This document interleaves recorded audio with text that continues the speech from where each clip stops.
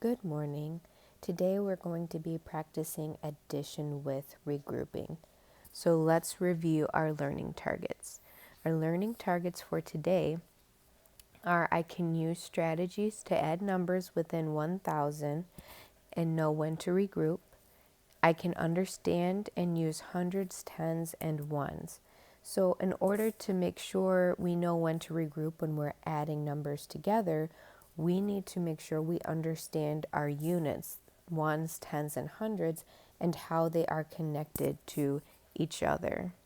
So to help us understand our units and how they're connected, we are going to answer 3 questions.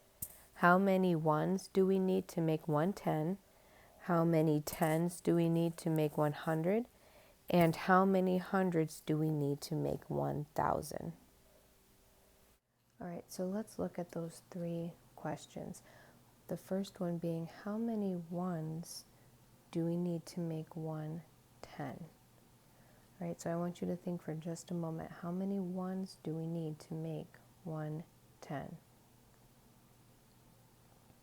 So what I'm going to do is I'm going to see how many ones I need to draw in my place value chart in order to regroup to 110.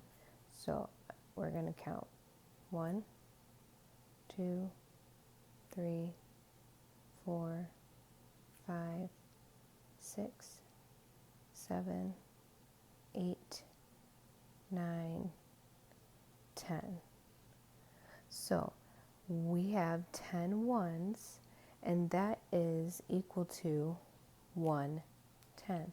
So what I'm seeing here is that I need to regroup, and I'm going to exchange these 10 ones for 110.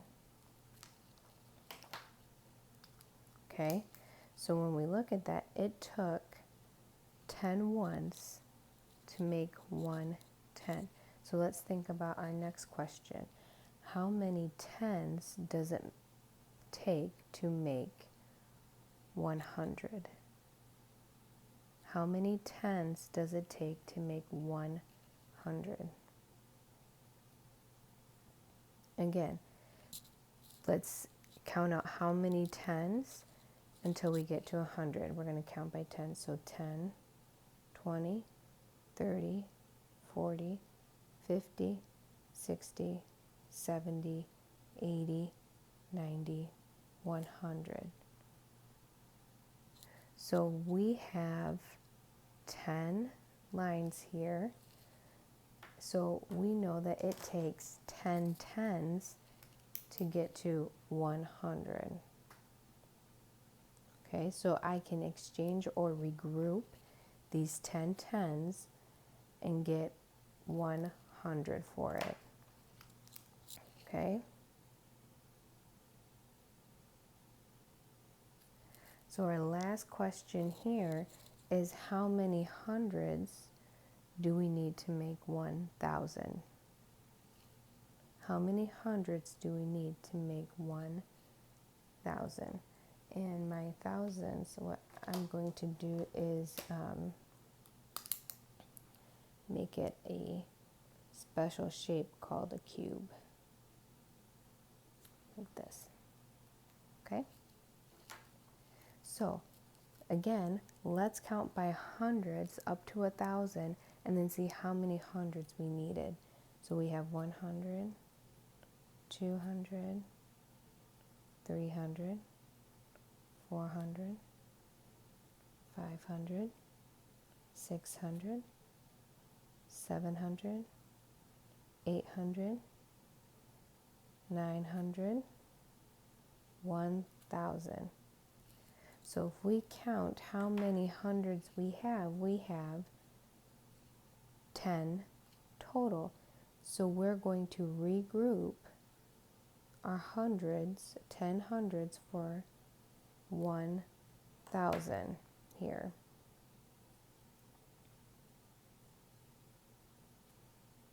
Okay, so there is a pattern that's happening every time we need to regroup with our numbers. Every time we're regrouping, we need 10 of one unit in order to regroup to the next larger unit. So from ones to tens, we needed 10 ones.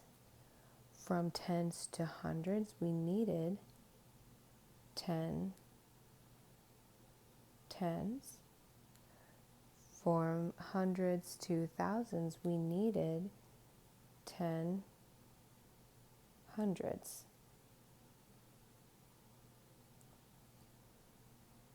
Okay, so the pattern here is that each time we want to regroup to the next larger unit, we need 10 of that unit to regroup to the next larger unit. Okay, so now we want to look at, well, how does this matter when we're adding? So let's try an example. We're going to find the sum of 24 and 7. Okay, so what we're going to do is we're going to draw a picture of this problem on our place value chart first to see if we need to regroup, and then we're going to show our work with the problem. So let's go back and see. We have 24. Well, if we're drawing this on our place value chart, we need to know how many ones and tens we have in this particular problem.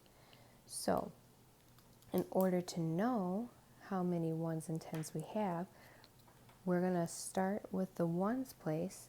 The ones place is the very last digit in the number, and we have 4 ones. So I'm going to draw in 4 ones. 1, 2, 3, 4. Okay. Now let's look at the next place value, which is tens. So if I look at my number, we have ones. The next place value over is tens. And I see we have 2 tens. So I'm going to draw in my place value chart 2 tens. 1, 2. Okay. So now when I look at my second, so we have our first addend here, and now we're going to look at the second addend. And the second addend is 7. And notice the place value is ones. So when I draw my ones here, it's going to be in the matching place value. So I'm going to add 7 ones. So I'm going to count 1, 2, 3, 4, 5, 6, 7. Okay, so from here we could count and see how many we have total. 10, 20, 21, 22, 23, 24, 25, 26, 27, 28, 29, 30, 31. So as I'm counting, I'm seeing, hey, I went up another 10, which means that I should be able to regroup in the ones. Let's see how many ones we have, because if we have 10 of a unit, we can regroup to the next unit. So 1, 2, 3, 4, 5, 6, 7, 8, 9, 10, 11. I have 11 ones, which means that I can regroup 10 ones for a 10 here. So I'm going to circle 10 ones. I'm going to use a different color so that you can see. Circle 10 ones. We're going to regroup that for a 10 here. Okay. So now let's try counting again and see how many do we have. We have 10, 20, 30, 1. So we still have the same amount as before, but this is a much more accurate way of showing how much we have. We have 3 tens and 1 1. And we had to regroup 10 of our ones to show that. So now let's look at how does that look when we're trying to show our work on paper and we can't use our base 10 blocks. So if I'm using this here, I'm going to add my ones first, the first column here. 4 plus 7 is 11, just like we saw here. So I know that we have 11, but my 1 goes here. And I have to regroup 10 of my ones for 110. So I'm going to regroup that. And I'm going to add my 10 at the very bottom here like this. Now I can add my tens together. I have 2 tens plus 1 10, which is 3 tens. And we have the sum of 24 and 7 is 31.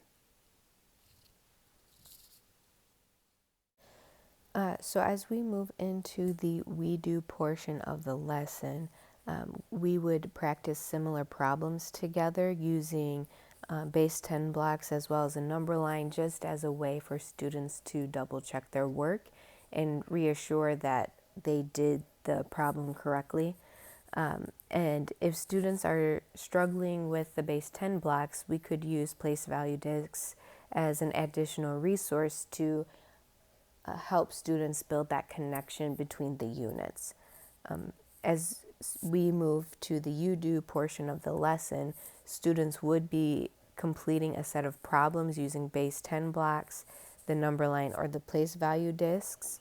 And I could provide a printout for students to be able to use at home, or I have a link here that you can click on and students could go to that link, and it would be math manipulatives that are free for this school year online that has several manipulatives they could use.